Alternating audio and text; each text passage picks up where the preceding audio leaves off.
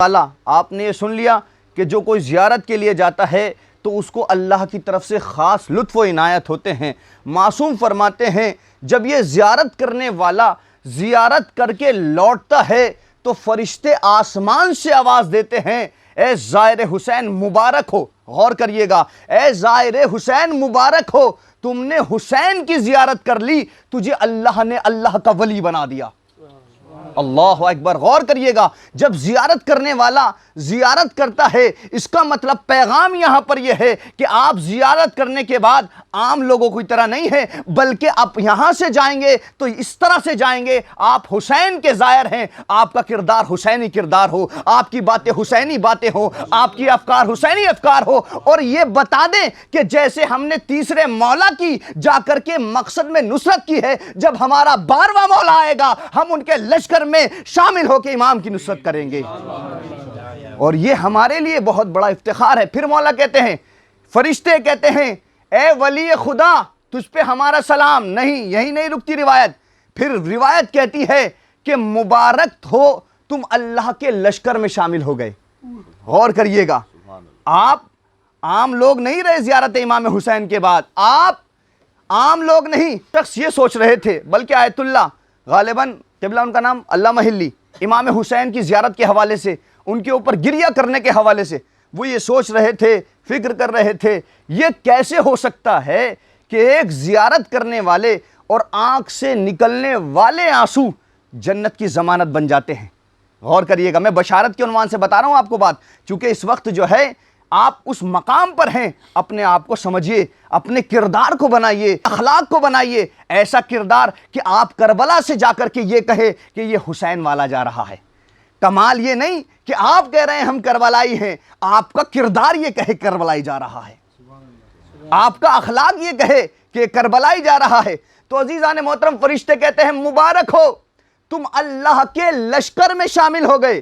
روایت یہاں نہیں ٹھہرتی، پھر آگے بڑھتی کہ تم صرف اللہ کے لشکر میں نہیں بلکہ رسول اللہ کے لشکر میں شامل ہو گئے ہو۔ اللہ اکبر، اللہ اکبر۔ تو عزیزان محترم، پھر روایت کہتی ہے جب یہ جاتا ہے اللہ کچھ فرشتوں کو خلق کرتا ہے جو اس کے ساتھ رواں دواں ہو جاتے ہیں، جو اس کے ساتھ رواں دواں ہونے کے بعد اس کو اس کے گھر تک چھوڑ کے آتے ہیں۔ پھر کہتے ہیں اے اللہ ہمیں اجازت ہے کہ ہم آسمان کی طرف آ جائیں؟ کہا نہیں، اس کے گھر پہ رہ کر کے اس کے لیے مغفرت کی دعا کرو۔ یہ ہماری اور آپ کی ذہنی اختراع نہیں ہے، یہ امام کے جملے نکلے ہوئے ہیں، امام کے کلمات نکلے ہوئے ہیں، یہ ان کے کلمات نکلے ہوئے ہیں جو اپنی مرضی سے بولتے ہی نہیں، یہ تو وہی کہتی ہے جو اللہ کی مرضی ہوتی ہے، وہ کہہ رہے ہیں۔ تو عزیزان محترم پھر کیا ہوتا ہے؟ کہا نہیں، جب تک یہ زندہ ہے اس کے لیے استغفار کرو۔ کون؟ زائر امام حسین علی مقام کے لیے کہا جا رہا ہے۔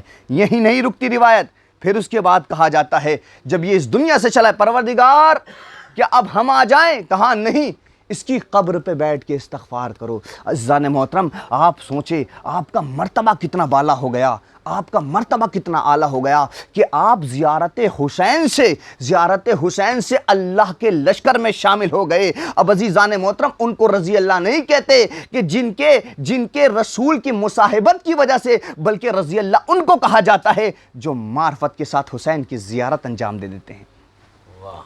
حسین علی مقام کی زیارت کو معرفت کے ساتھ انجام دے دیتے ہیں۔ یہ نہ سوچیں کہ آپ صرف یہ چلنے کا سفر ہے، یہ چلنے کا سفر نہیں ہے، یہ معرفت کا سفر ہے، بلکہ آپ نجف سے کربلا کی طرف گئے ہیں۔ یہ نجف سے کربلا کا سفر کیا ہے؟ آخر کیا وجہ ہے؟ نجف وہ جگہ ہے کہ جہاں سے آپ کا 12واں مولا ظہور کرے گا، کعبے سے ظہور کر کے، اللہم صلی اللہ علیہ وسلم، کعبے سے ظہور کر کے کہاں حکومت ہوگی؟ نجف، کوفہ میں آپ کا دارالحکومت ہوگا، وہی نجف ہو جائے گا۔ تو عزیزان محترم اللہ کے پہلے ولی نے جہاں سے حکومت کو ادامہ دیا تھا وہیں آ کر کے 12واں مولا بھی حکومت کرے گا، اور یہ ہمارے لیے ایک معرفت، ایک فکر کرنے کا مقام ہے۔ ہم اس کو صرف چلنے تک محدود نہ رکھیں بلکہ سوچیں اس راہ میں ہمیں کیا نہیں دکھائی دے رہا، یہاں عبادت بھی دیکھنے کو مل رہی ہے، یہاں پہ رضایت بھی دیکھنے کو مل رہی ہے، یہاں پر سخاوت بھی دیکھنے کو مل رہی ہے۔ اور امام حسین کے کربلا کا امتیاز ہی یہ تھا کہ امام حسین نے سب کو جمع کر کے دنیا کو پیغام دے دیا، اگر تم حق کے ساتھ ہو تو تمہارے لیے کثرت کی ضرورت نہیں ہے، اگر تم حق کے ساتھ ہو تمہارے ساتھ لشکر کی ضرورت نہیں ہے، اگر تم حق کے ساتھ ہو تو یہ سوچو تم کثرت پہ فتح حاصل کر سکتے ہو، تم لوگوں کی کثرت کو دیکھ کے نہ ڈر جانا، اگر تم حسین والے ہو تو لاکھوں پر فتح حاصل کر سکتے ہو۔ اور زمانے کو پیغام دے دیا کہ ہمارے مرنے کے بعد، ہمارے جانے کے بعد، ہمارے اس دنیا سے جانے کے بعد یہ نہ سوچنا کہ ہمارا کردار، ہمارا افکار مر جائے گا۔ آپ جانتے ہیں جب شام کے تخت سے ایک نعرہ اٹھا تھا، وہ کیا چاہ رہا تھا؟ وہ یہی چاہ رہا تھا کیا ما جا خبر ولا وحی ولا نزل،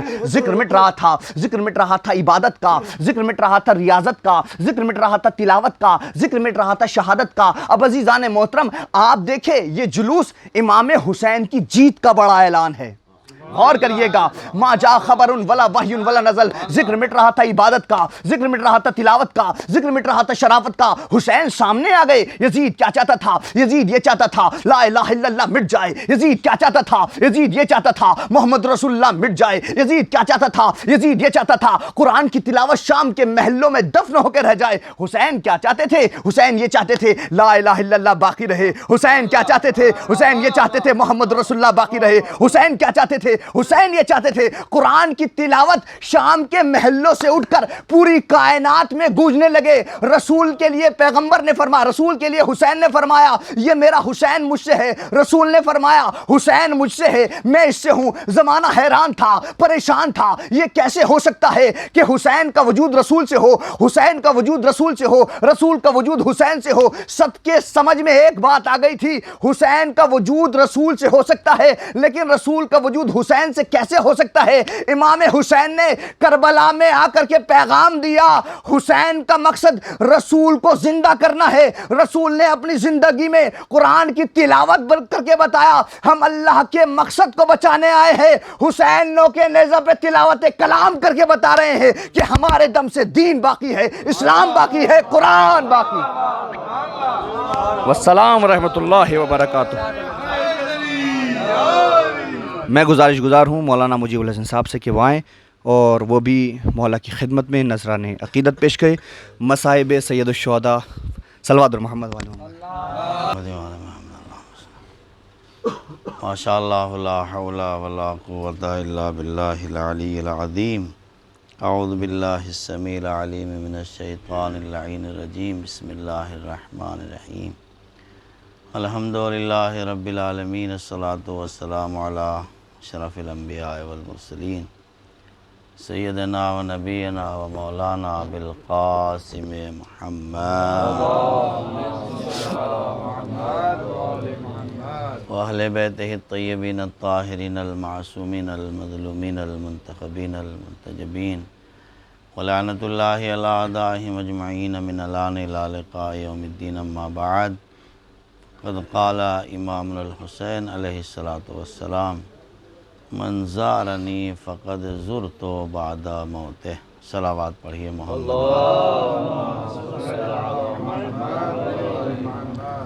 اپنی صحت اور سلامتی کے لیے اور تمام مومنین مومنات، تمام زائرین ابا عبداللہ الحسین کی صحت و سلامتی اور ان کی حفاظت کے لیے اور تمام مریضان اسلام کی شفایابی کے لیے اور جو بھی دعائیں دینی اور دنیاوی آپ حضرات کے دلوں میں ہیں، جن مومنین نے آپ سے التماس دعا کہا ہے، ان سب کی دعاؤں اور حاجتوں کی برابری کے لیے اور بالخصوص اپنے زمانے کے امام کی صحت و سلامتی اور ان کے ظہور پر نور کے لیے ایک مرتبہ بلند آواز سے صلوات پڑھیں۔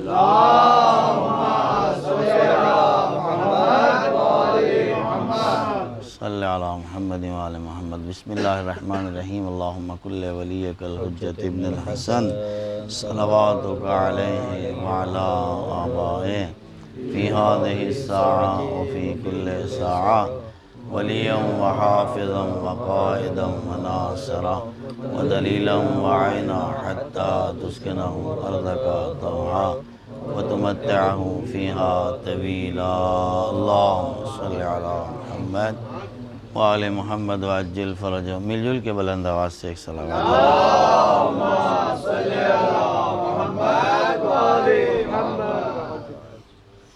پروردگار عالم کا لاکھ لاکھ شکر ہے کہ اس نے ہمیں اس سرزمین کربلا پر اپنے سب سے زیادہ محبوب اور پسندیدہ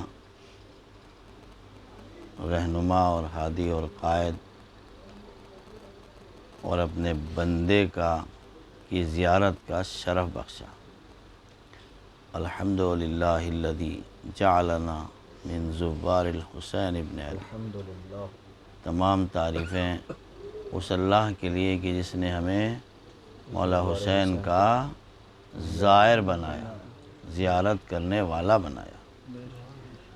وہ لوگ کہ جو زیارت ابا عبداللہ حسین علیہ السلام کے لیے منتخب ہوتے ہیں، انہیں حق ہے کہ وہ جہاں چاہے وہاں کہیں الحمدللہ. الحمدللہ تمام تعریفیں پروردگار تیرے لیے. اس کا مطلب یہ ہے کہ زیارت مصیبت نہیں ہے بلکہ زیارت نعمت ہے. کیوں؟ اس لیے کہ مصیبت پہ صبر ہوتا ہے اور نعمت ملنے پہ شکر ہوتا ہے. بندہ جب زیارت کرتا ہے تو یہی کہتا ہے الحمدللہ الذی جعلنا من زوار الحسین. یہ پروردگار تیرا شکر ہے کہ تو نے ہمیں زوار الحسین میں قرار دیا. اس کا مطلب کیا ہے؟ اس کا مطلب کربلا میں آنے والے ہر زائر کی زیارت اس کے لیے مصیبت نہیں ہے بلکہ نعمت ہے. نعمت پہ شکر کیا جاتا ہے اور مصیبت پہ صبر کیا جاتا ہے. یہ مقام شکر ہے اور یہ مقام حمد ہے. دیکھیے زیارت کتنا بڑا مرتبہ ہے، کتنا بڑا رتبہ ہے. اللہ نے ہم سب کو منتخب کیا ہے مولا کے دربار میں، مولا کے جوار میں. اس وقت ہم بیٹھے ہوئے ہیں اور جب دل چاہتا ہے مشرف بزیارت ہو رہے ہیں. انشاءاللہ ہر آنے والے زائر کی مولا زیارت اور ان کا آنا قبول فرمائے.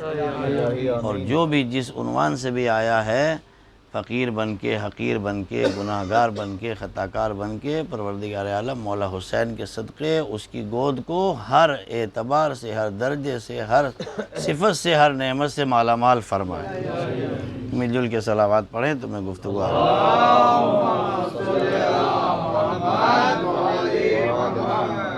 اور یہ دیکھیں الحمدللہ رب العالمین. قرآن مجید نے ہمیں سہارا دیا کہ ہم جب قرآن مجید کی اس آیت کی تلاوت کرتے ہیں تو اس کا مطلب کیا ہوتا ہے؟ بسم اللہ الرحمن الرحیم. اے پروردگار تیرے نام سے شروع کرتا ہوں جو تو مہربان بھی ہے، رحمان بھی ہے اور رحیم بھی ہے. اور سب سے پہلی آیت جب ہم پڑھتے ہیں، چاہے عبادت میں ہو اور چاہے کسی نعمت کے ملنے پہ ہو، تو کیا کرتے ہیں، کیا پڑھتے ہیں؟ الحمدللہ رب العالمین. تمام تعریفیں اس اللہ کے لیے کہ جو عالمین کا پروردگار. کیا ہے؟ عالمین کا پروردگار، یعنی پورے جہانوں کا، پوری دنیا کا، چاہے وہ ساتوں طبق پہ مشتمل آسمان ہو یا ساتوں طبق پہ مشتمل زمین ہو. یعنی زمین کے ساتوں حصے اس میں شامل ہیں اور آسمان کے ساتوں حصے اس میں شریک ہیں. جہاں اللہ کی ربوبیت پہنچ رہی ہے. سمجھ رہے ہیں آپ؟ الحمدللہ رب العالمین. تمام تعریفیں اس اللہ کے لیے کہ جو عالمین کا پروردگار ہے. عالمین کا پروردگار رب ہے. رب یعنی ربوبیت، تربیت دینے والا، پرورش کرنے والا، نگاہ کرنے والا، حفاظت کرنے والا، ان کی بندگی کو دیکھنے والا، ان کی ضرورتوں کو پورا کرنے والا، خود ان کے ظرف کے مطابق انہیں عطا کرنے والا. یہ سارے معنی اس کے اندر موجود ہیں. ربوبیت پہ اللہ نے سکھایا. قرآن مجید نے ہمیں درس دیا کہ ربوبیت کے اوپر تربیت ایک اتنی بڑی نعمت ہے، اتنی بڑی نعمت ہے کہ قرآن مجید نے سورہ الحمد کی پہلی آیت میں ہی الحمد کو اس کے سر کا تاج بنا کے رکھا. اگر ہم محسوس کر سکتے ہیں جملے کو تو پھر سمجھ میں آئے گا زیارت کا رتبہ کتنا بلند ہے. الحمدللہ رب العالمین، یعنی تمام حمد ہے اس اللہ کے لیے کہ جو عالمین کا پروردگار ہے، پرورش کرنے والا ہے، تربیت کرنے والا ہے، ربوبیت جس کی پھیلی ہوئی ہے، نگرانی جس کی پھیلی ہوئی ہے، جو کائنات عالم کے ذرے ذرے کی ضرورت کو پورا کرنے والا ہے۔ توجہ ہے؟ تو ایسے ربوبیت اگر ہمارے سامنے ہو تب کہیں جا کے مقام حمد تک پہنچتی ہے۔ توجہ کر رہے ہیں؟ اس کا مطلب یہ ہے کہ قرآن مجید نے تربیت کی وسعت کو اتنا بلند بنایا کہ اللہ نے طریقے دعا بھی سکھایا، اور حمد پروردگار کس بنیاد پہ کی جا سکتی ہے وہ بنیاد بھی بتائی۔ وہ کیا ہے؟ وہ ہے تربیت پروردگار، ربوبیت پروردگار۔ اللہ کی ربوبیت کی بیس پر اللہ اس لائق ہے کہ اس کی حمد کی جائے، اس کی پرورش اور تربیت کی بیس پر اسے حق ہے کہ ہم اس کی تعریف کریں۔ سمجھ میں آ گیا؟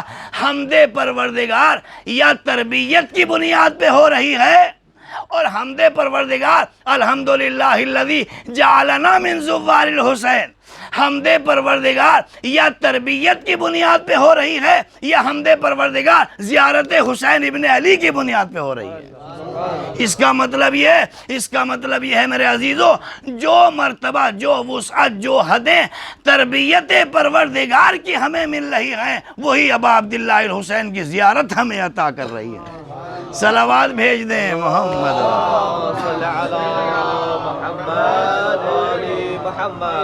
اس لیے جو وسعت ہے تربیت کے اندر، وہی وسعت ہے ہماری زیارت کے اندر۔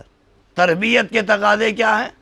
جب ہم کسی چیز کی تربیت کرتے ہیں یا ہم اپنے بچوں کی پرورش کرتے ہیں تو پرورش کرنے کا مطلب کیا ہوتا ہے؟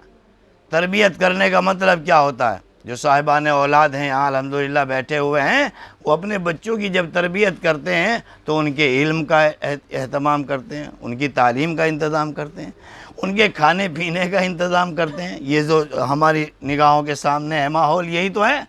ہم اپنے بچے کی تربیت کس وجہ سے کر رہے ہیں؟ کہ وہ اس کی ضرورتوں کو دیکھ رہے ہیں، اس کے اندر چھپی ہوئی لیاقتوں کو، صلاحیتوں کو جو اللہ نے اس کے اندر رکھی ہیں، انہیں نکھارنے کے لیے ہم کیا نہیں کر رہے ہیں؟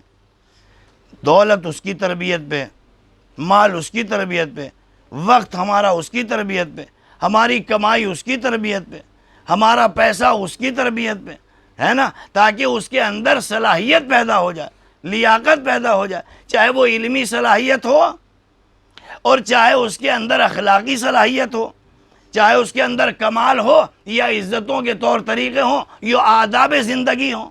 یہ سارے کس بنیاد پہ؟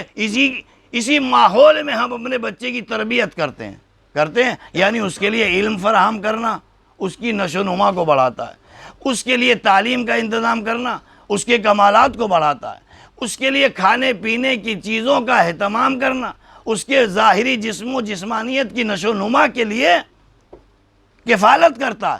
یہی سب چیزیں تو ہیں تربیت کے تقاضے، یعنی اس کے کھانے کا انتظام ہو، تربیت کے تقاضے یعنی اس کے پانی کا انتظام ہو، تربیت کے تقاضے یعنی اس کے علم اور تعلیم کا انتظام ہو، تربیت کے تقاضے یعنی اس کے اندر چھپی ہوئی صلاحیت اور لیاقت کو اجاگر کرنے کے لیے اصول زندگی اور آداب زندگی فراہم کرنے، یہ کہیں کے تقاضے؟ یہ ہیں تربیت کے تقاضے۔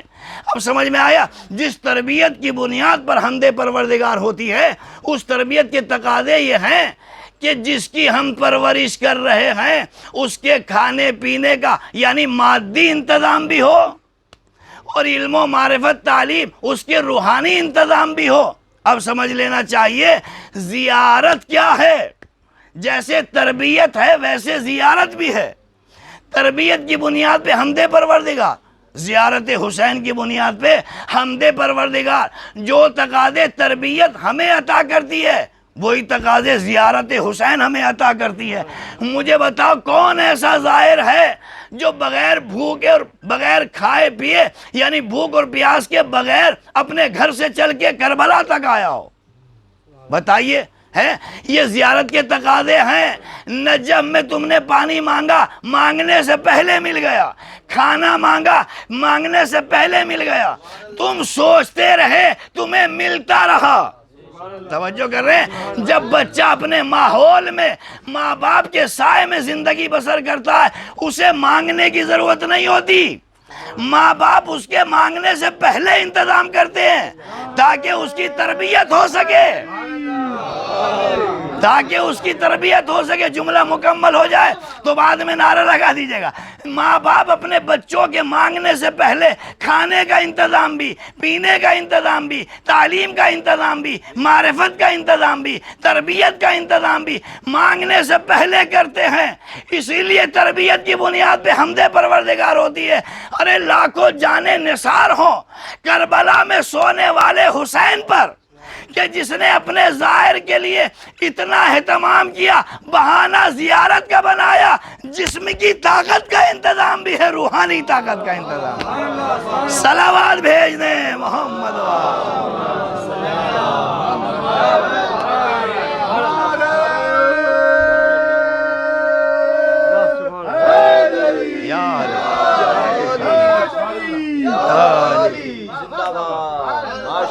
کیا کہنے بادشاہ کربلا کے، سلطان کربلا کے، شہنشاہ کربلا کے، کہ جس نے اپنے ظاہر کو بلایا تو خالی ہاتھ، کہا تم بس اس سرزمین پہ جس عنوان سے چاہو قدم رکھ دو، قدم اس زمین پہ رکھنا تمہارا کام ہے، اور اس قدم رکھنے کے بعد پھر تمہیں سہارا دینا یہ ہماری ذمہ داری ہے۔ نجف سے نکلو گے مانگنے سے پہلے اگر تمہیں پانی نہ مل جائے تو حسین نہ کہنا، سوچنے سے پہلے تمہاری ضرورت پوری نہ ہو جائے تو حسین ابن علی نہ کہنا۔ صلوات پڑھیں محمد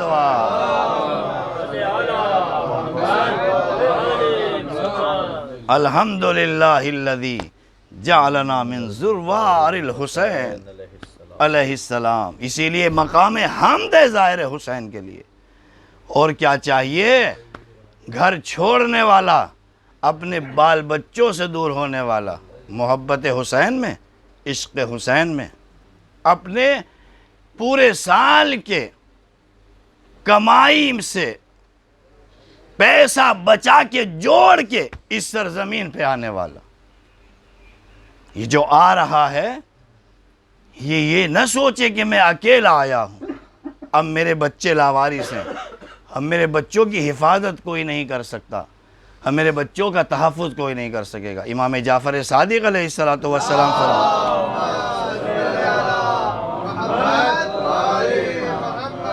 پانچویں امام فرماتے ہیں کہ من اتا قبر الحسین، جو میرے جد کی قبر کی زیارت کے لیے آتا ہے،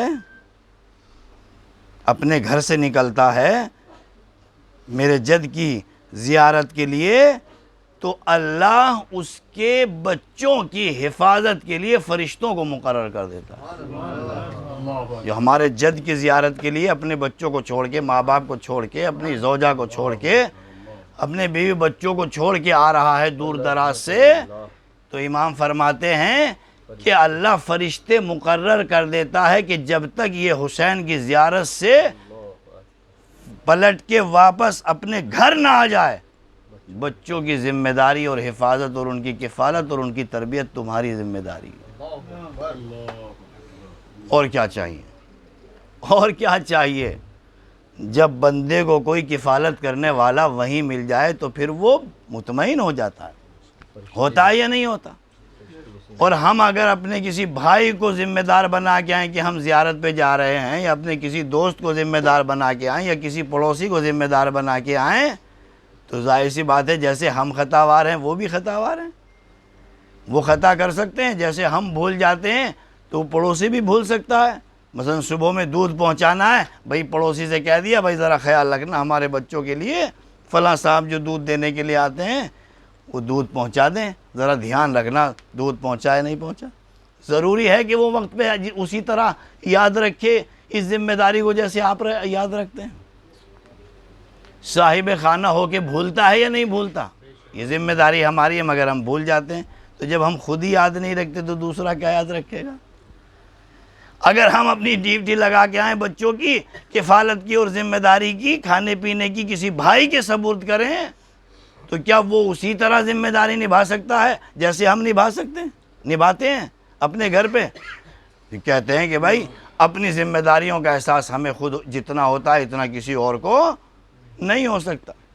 ہو سکتا ہے وہ کتنا ہی آپ کا جگری ہو، کتنا ہی آپ سے قریب ہو، کتنا ہی آپ سے لگاؤ رکھتا ہو، محبت رکھتا ہو، آپ کے بچوں میں اٹھتا بیٹھتا ہو، مگر پھر بھی وہ ایک نہ ایک موقع پر اپنی ذمہ داری کا زیادہ احساس نہیں کر سکتا۔ غلطیوں کا امکان ہے، لیکن اگر اللہ کسی معصوم کے حوالے یہ ذمہ داری کر دے، بات تو میں نے کہہ دی ہے جو مومنین تک پہنچ بھی گئی ہے، اگر اللہ اس ذمہ داری کو کسی معصوم کردار کے حوالے کر دے تو یاد رکھنا تم غیر معصوم ہو، وہ معصوم ہے جس کے حوالے اللہ یہ ذمہ داری کر رہا ہے۔ تم حسین کی زیارت کے لیے نکل کے تو دیکھو، تم سے زیادہ اگر بچوں کی کفالت ہم نہ کر لیں تو ہمیں خدا نہ کہنا۔ صلوات بھیج دیں محمد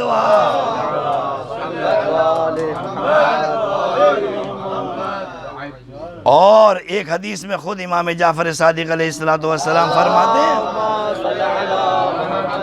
اللہ اکبر، زیارت کے بڑے رتبے ہیں، بڑے مرتبے ہیں، بڑی فضیلت ہے۔ میں عظیم زیارت کی ایک فضیلت تو آپ نے خود ہی دیکھ ہی لی، کتنی زندگی میں کشادگی آپ کو یہاں محسوس ہو رہی ہے، کتنی معنویت، کتنی نورانیت، کیا کیفیتیں آپ کو مل رہی ہیں اس مختصر سے سفر میں۔ پریشانیاں ہیں، وہ سفر ہی کا جس میں تکلیف نہ ہو، یہ تو اپنی جگہ ہے، مگر مجھے بتائیے کیفیتیں اور نورانیتیں زیادہ ہیں یا تکلیفیں زیادہ ہیں؟ معنویت زیادہ ہے یا تکلیف زیادہ ہے؟ عشق حسین کی حرارت زیادہ ہے یا آپ کو بظاہر یہ چھوٹی چھوٹی تکلیفیں زیادہ ہیں؟ نہیں مقابلہ کر سکتی، نہیں کر سکتی نا۔ تو اس لیے ان چیزوں کا ہمیں احساس نہیں ہونا چاہیے، ہم دیکھنا چاہیے ہم ہیں کہاں۔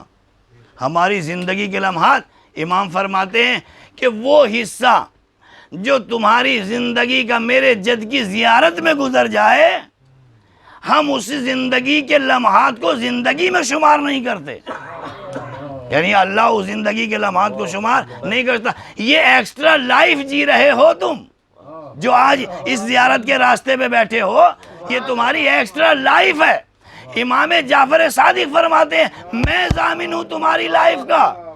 ہو سکتا ہے، پڑھیے ذرا صلوات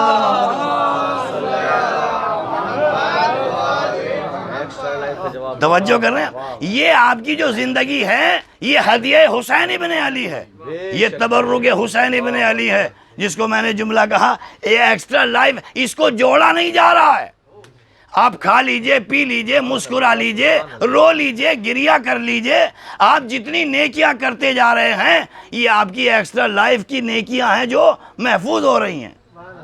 اللہ اکبر، جب یہ ایکسٹرا ہے تو ظاہر سی بات ہے اب گناہ کا اگر میں حوالہ دے دوں تو کوئی جسور نہ ہو جائے کہ جب ایکسٹرا لائف ہے تو اس کا حساب و کتاب ہی نہیں ہے، لہذا اب ہمارا دل جو چاہے، جس کی چاہے چوری کر لے، جس کا چاہے بٹوا مار لے، جس کا چاہے جو خطا کر لے، کوئی تکلیف نہیں۔ میرے عزیزو ایسا نہیں ہے۔ ایکسٹرا لائف کا مطلب یہ ہے کہ یہ جیون دان ہے تمہارے لیے جو حسین ابن علی کی زیارت کے نتیجے میں ملا ہے، اسے فائدہ اٹھائیں، جتنی نیکیاں کریں گے۔ امام فرماتے ہیں ابھی تو تمہاری لائف وہیں رکی ہوئی ہے، یہ جو جی رہے ہو یہ میرے جد حسین ابن علی کی زیارت کا تبرک ہے جو تمہیں مل رہا ہے۔ لا تعد اجالہم، یہ تمہاری زندگی میں شمار نہیں ہو رہا ہے۔ اگر چاہتے ہو اسے ہمیشہ برقرار رکھو تو صبح کرو تب السلام علیکہ یا ابا عبداللہ، شام کرو جب السلام علیکہ یا ابا عبداللہ۔ صلوات پڑھ دیں محمد والے۔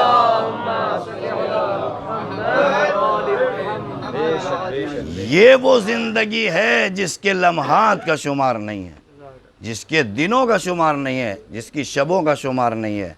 امام فرماتے ہیں یہ بالکل ہدیہ ہے میرے جد حسین کی زیارت کا نتیجہ، اور عظیم ہدیہ وہ ہے جو خود امام فرما رہے ہیں من زارنی، بس گفتگو تمام ہے، من زارنی فقد زرت بعد موتے۔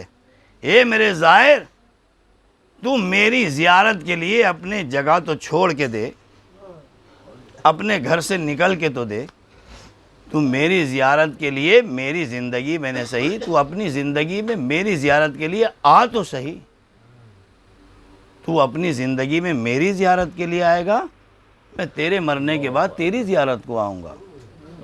یہ حسین ابن علی کا وعدہ، جو میری زیارت کو آتا ہے فقط زرت بعد موت، میں اس کے مرنے کے بعد اس کی زیارت کے لیے آتا ہوں۔ اللہ اکبر۔ قبر کی تنہائی اور قبر کی وحشت اور قبر کا اندھیرا، جب مردہ پہنچتا ہے، انسان پہنچتا ہے، بندہ پہنچتا ہے، تب اسے اندازہ ہوتا ہے وحشت قبر کیا ہوتی ہے، قبر کی تنہائی کیا ہوتی ہے۔ میرے عزیزو، قبر کی سرحد تک اور ظاہری زمین تک چاہنے والوں کا ساتھ ہوتا ہے، اس کے بعد سپرد قبر کر کے، سپرد لحد کر کے، سپرد خاک کر کے، کتنے ہی رشتہ دار، کتنے ہی قریبی کیوں نہ ہو، کتنے ہی محبت کرنے والا، ہم پیالہ ہم نوالا ہی کیوں نہ ہو، مگر وہ خاک ڈال کے اور زمین قبر کے حوالے کر کے ہمیں واپس پلٹ جاتے ہیں، وہیں تک ان کا ساتھ ہوتا ہے۔ اب آگے کون آ سکتا ہے، ہم اسے تلاش کریں۔ یہ زمین کربلا پہ سونے والا مولا یہ وعدہ کر رہا ہے، جب تمہیں تمہارے چاہنے والے چھوڑ کے چلے جائیں، تب حسین تمہاری قبر میں تمہاری زیارت کے لیے آئے گا۔ یہ وعدہ حسین ابن علی۔ اور میرے عزیزو، پھر جسے حسین قبر میں مل جائے، پھر اسے کسی چیز کی ضرورت نہیں ہے۔ آج زیارت اربعین ہے، روز اربعین ہے، روز چہلم ہے۔ آج اس حسین سے وعدہ کر لو زمین کربلا پہ کہ مولا ہماری موت کہیں بھی ہو، ہمیں کہیں بھی دفن کیا جائے، مولا ہم نے آپ کو فراموش نہیں کیا، قبر کی پہلی رات ہمیں فراموش نہ کرنا، اور اپنے عہد کو اور وعدے کو پورا کریں اور پکا کریں، معاہدہ کریں۔ اگر چاہتے ہو حسین ضرور قبر میں آئیں تو ایک واسطہ ضرور دے دینا، چاہے بی بی سکینہ کا واسطہ دے دینا، اور چاہے حسین کی بہن زینب کا واسطہ دے دینا، اس بی بی کا واسطہ دے دینا کہ جو آج قید شام سے رہا ہو کے کربلا پہنچ رہی ہے، کربلا پہنچ رہی ہے۔ عزادارو، پہلا زائر ہے جابر ابن عبداللہ انصاری، اسی زمین کربلا پہ روز اربعین ہے، حسین کی قبر سے لپٹ کے بیان کر رہے ہیں، مولا ارے کیا غضب ڈھا دیا ان مسلمانوں نے، آپ کو 3 دن کا بھوکا پیاسا مار ڈالا، 3 دن تک آپ کا جنازہ بے گور و کفن پڑا رہا۔ یہ مصائب بیان کر رہے تھے جابر، ایک مرتبہ قبر حسین ہلنے لگی اور آواز دی، جابر جلدی سے اٹھ جا، میری قبر سے دور چلا جا۔ آواز دی، مولا کیا کوئی غلطی ہو گئی، کیا کوئی خطا ہو گئی؟ ارے ہلی ہوئی قبر سے آواز آئی، جابر کوئی غلطی نہیں ہے، ارے ذرا انتظار کر، میری بہن زینب لٹ کے آئی ہے، ارے کربلا سے کوفہ سے شام بے مغنہ و چادر، میری زینب آ رہی ہے۔ عزادارو، جابر ابن عبداللہ انصاری نے قبر کو چھوڑا، دور فاصلے سے جا کے چھپ کے بیٹھ گیا۔ کیا دیکھا کہ کچھ ہماریاں برآمد ہو رہی ہیں، کچھ محملیں اتر رہی ہیں، ارے ایک ایک بی بی نہ جانے ایک ایک قبر پہ اپنے آپ کو گرا رہی ہے۔ ام لیلہ نے اپنے آپ کو علی اکبر کی قبر پہ گرایا، ام فروہ نے قاسم کی قبر پہ گرایا، اور عزادارو ہر بی بی گراتی رہی۔ جب ام رباب کی باری آئی تو ام رباب پچھاڑے کھا رہی ہے، شاید سوچ رہی ہے کہ میں حسین کی قبر پہ گراؤں یا علی اصغر کی قبر پہ گراؤں۔ اجرکم اللہ، اجرکم اللہ۔ ہاں عزادارو، آپ بھی اپنے اس سفر میں کچھ نشانیاں لے کے اپنے اپنے وطن کو واپس ہوں گے، کچھ تبرکات لے کے واپس جاؤ گے نا، تاکہ جب جب تمہیں کربلا یاد آئے تو اس نشانی کو دیکھ سکو۔ ہم یہ تسبیح کربلا سے لائے، جب جب تسبیح پڑھو گے تمہیں کربلا کا منظر یاد آئے گا، جب جب سجدگاہ پہ سجدہ کر کے نماز ادا کرو گے تو تب تمہیں یاد آئے گی کربلا، ہاں ہم نے فلاں مقام سے کربلا سے یہ سجدگاہ خریدی تھی، ہمیں کربلا یاد آئی۔ توجہ ہے عزادارو، میں تمہیں جملے کیا احساس دلانا چاہتا ہوں۔ سوچو گے اس رباب بی بی کے پاس کون سی نشانی تھی جو قید خانے شام سے نکلی تو سکینہ کو قید خانے شام میں چھوڑ دیا، جب میدان کربلا سے چلی تو علی اصغر کو میدان کربلا میں چھوڑ دیا۔ 2 بچے بی بی رباب کے کربلا میں موجود تھے، سکینہ کو قید شام میں چھوڑ دیا، علی اصغر کو کربلا میں چھوڑ دیا۔ اللہ اکبر! ارے کوئی نشانی رباب جب کربلا سے رخصت ہو رہی ہے تو کوئی نشانی تو بی بی نے لی ہوگی۔ عزادارو سنو گے، ایک نشانی بی بی رباب کی گود میں دکھائی دی۔ کب؟ ارے جب بیٹے نے پوچھا، اے اماں اب تو بہت دن ہو گئے، آئیے سائے میں آ جائیے۔ کہا نہیں، امام سے وعدہ کیا ہے، اے میرے والی و وارث، تیرا لاشا بے گور و گفار ارے جلتی ہوئی ریت پہ پڑا رہا، دھوم میں پڑا رہا، وعدہ کر کے نکل رہی ہوں، کبھی سائے میں نہ بیٹھوں گی۔ عزادارو سوچو، امام نے ایک مرتبہ جملہ کہا، اے اماں، اب میں بیٹے ہونے کی حیثیت سے نہیں کہہ رہا ہوں، امام وقت کی حیثیت سے کہہ رہا ہوں، اماں اٹھیے، اب ہم سے دیکھا نہیں جاتا۔ ارے بارش میں بھی باہر ہو، دھوم میں بھی باہر ہو، ہر حال میں باہر رہتی ہو، اے اماں برداشت نہیں ہوتا، اب امام وقت ہو کے کہہ رہا ہوں، اب سائے میں آ جائیے۔ رباب نے نہ جانے اپنی گودی میں کون سی نشانیاں سمیٹی اور سمیٹ کے کربلا کا رخ کیا۔ کبھی آسمان کی طرف دیکھا اور آوازی پروردگار، ارے ایک امام سے وعدہ کیا ہے، کبھی سائے میں نہ بیٹھوں گی، ایک امام سائے میں بلا رہا ہے، اے پروردگار میری آبرو رکھ لے۔ ایسی آبرو بچی، ارے روح نکل گئی۔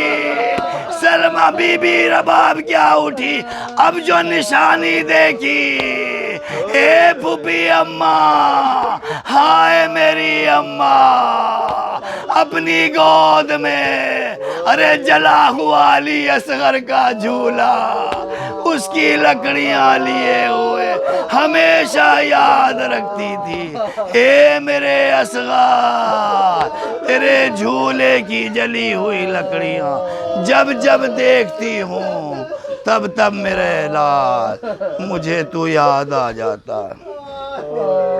سيعلم الذين ظلموا أي منقلب ينقلبون ألا لعنة الله على القوم الظالمین۔ پروردگارہ نوازو برحمت نازل فرما، اداسو کرمال جناب سیدہ میں جگہ عطا فرما، ہم سب کو مولا حسین کے زائرین میں عزاداروں میں شمار فرما۔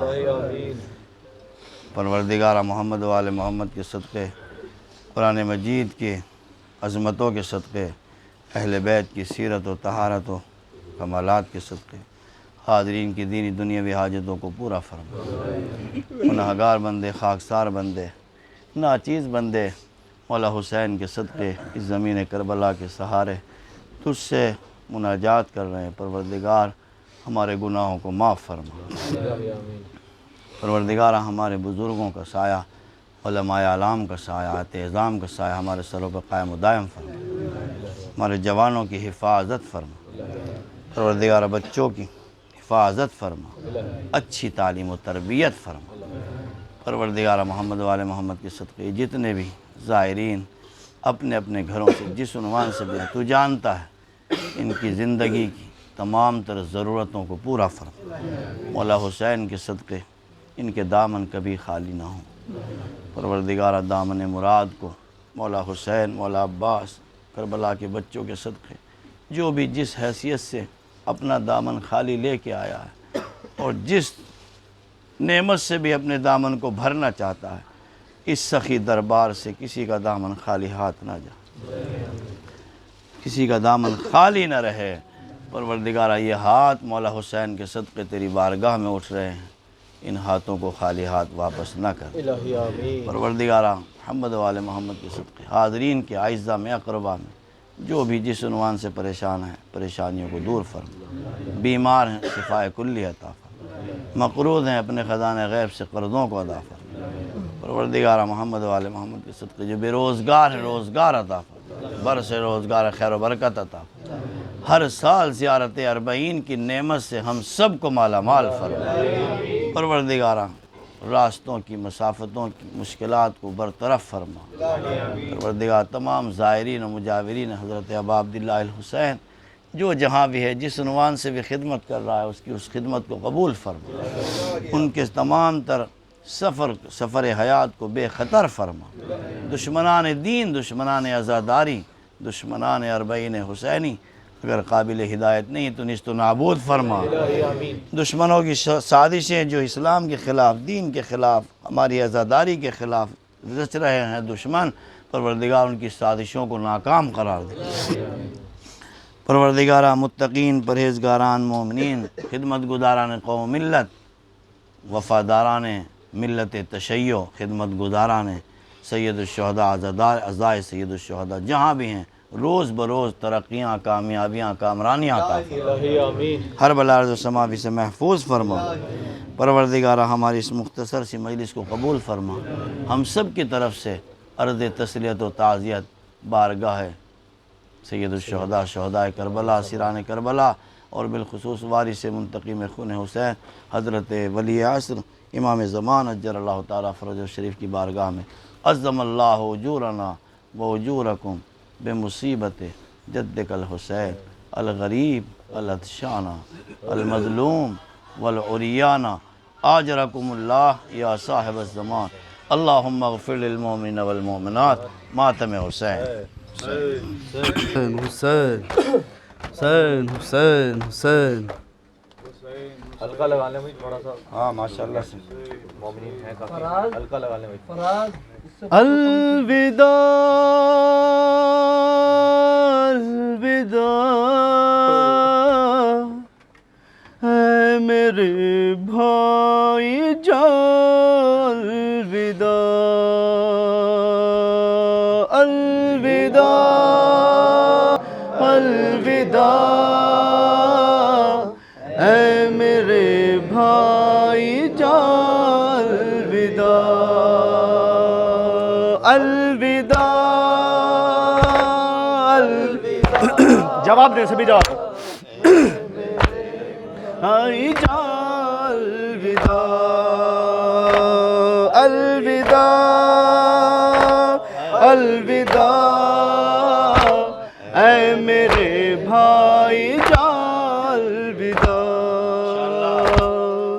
یہاں کے رواجوں سے انجان تھی، میں اس قید خانے میں مہمان تھی، بنایا نشانہ مجھے موت نے، یہاں سے نہ جانے دیا۔ الوداع الوداع اے میرے بھائی جان، الوداع الوداع الوداع اے میرے بھائی جان، الوداع۔ تماچے لگے چھن گئی بالیاں، لگی میرے رونے پہ پابندیاں، گھڑکتا تھا شمر ستم گر مجھے، گھڑکتا تھا شمر ستم گر مجھے، تھا آنسو بہانا خطا۔ الوداع الوداع اے میرے بھائی جان، الوداع الوداع الوداع اے میرے بھائی جان، الوداع۔ کسی نے ستم سے بچایا نہیں، سکینہ سکینہ کو دل سے لگایا نہیں، مصیبت میں اہل حرم ہو گئے، میں پڑھتی رہی مرثیہ۔ الوداع الوداع اے میرے بھائی جان، الوداع الوداع الوداع اے میرے بھائی جان، الوداع۔ سکینہ کمر کے بھی دل ہے اداس، نہ تربت کوئی میری تربت کے پاس، اے بھائی کہاں موت آئی مجھے، نہ یثرب نہ کرب و بلا۔ الوداع الوداع اے میرے بھائی جان، الوداع الوداع الوداع اے میرے بھائی جان، الوداع۔ میں افسوس جانے نہ پائی وطن، ستاتا ہے مجھ کو یہ رنج و محن، ملاقات صغریٰ سے ہو نہ سکی، اندھیرے میں مرقد بنا۔ الوداع الوداع اے میرے بھائی جان۔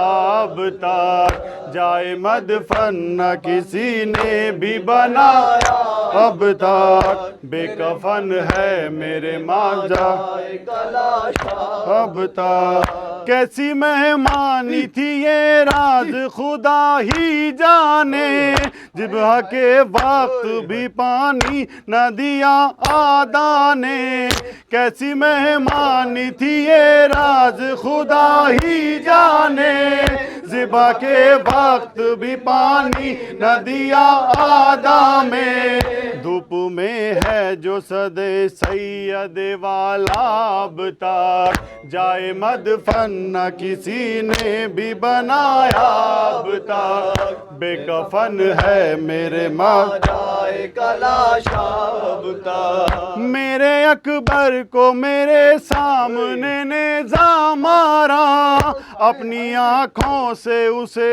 خون میں غلطا دیکھا، میرے اکبر کو میرے سامنے نیزہ مارا، اپنی آنکھوں سے اسے خون میں غلطا دیکھا، میں نے آغوش میں اپنی جسے پالا، اب تک جائے مدفن نہ کسی نے بھی بنایا، اب تک بے کفن ہے میرے ماجائے کلاشا، اب تک اس کی پامالی کے منظر کو بھلا دوں کیسے، آہ لخت دل شبر کو بھلا دوں کیسے، اس کی پامالی کے منظر کو بھلا دوں کیسے، آہ لخت دل شبر کو بھلا دوں کیسے، ہے میرے سامنے قاسم کا سراپا، اب تک جائے مدفن نہ کسی نے بھی بنایا، اب تک بے کفن ہے میرے ماجائے کلاشا، اب تک رن میں پامال ہوئے اون محمد میرے، ان کی لاشوں پہ بھی دوڑائے گئے ہیں گھوڑے، رن میں پامال ہوئے اون محمد میرے، ان کی آنکھوں پہ بھی دوڑائے گئے ہیں گھوڑے، وہ مصائب تھے کہ پھٹتا ہے کلیجہ، اب تک جائے مدفن نہ کسی نے بھی بنایا، اب تک بے کفن ہے میرے ماجائے کلاشا، اب تک سامنے زینب مضطر کے جو آیا پانی، آہ بھر کر کہا اب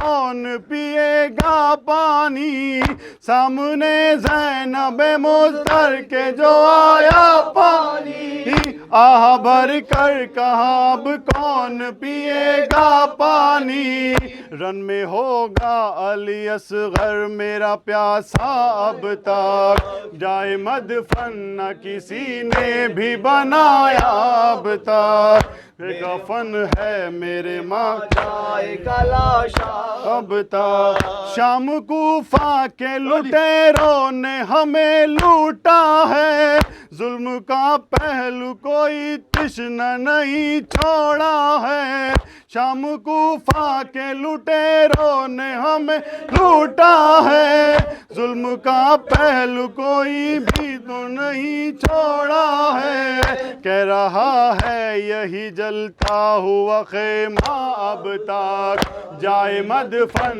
نہ کسی نے بھی بنایا، اب تک بے کفن ہے میرے ماجائے کلاشا، اب تک حسین حسین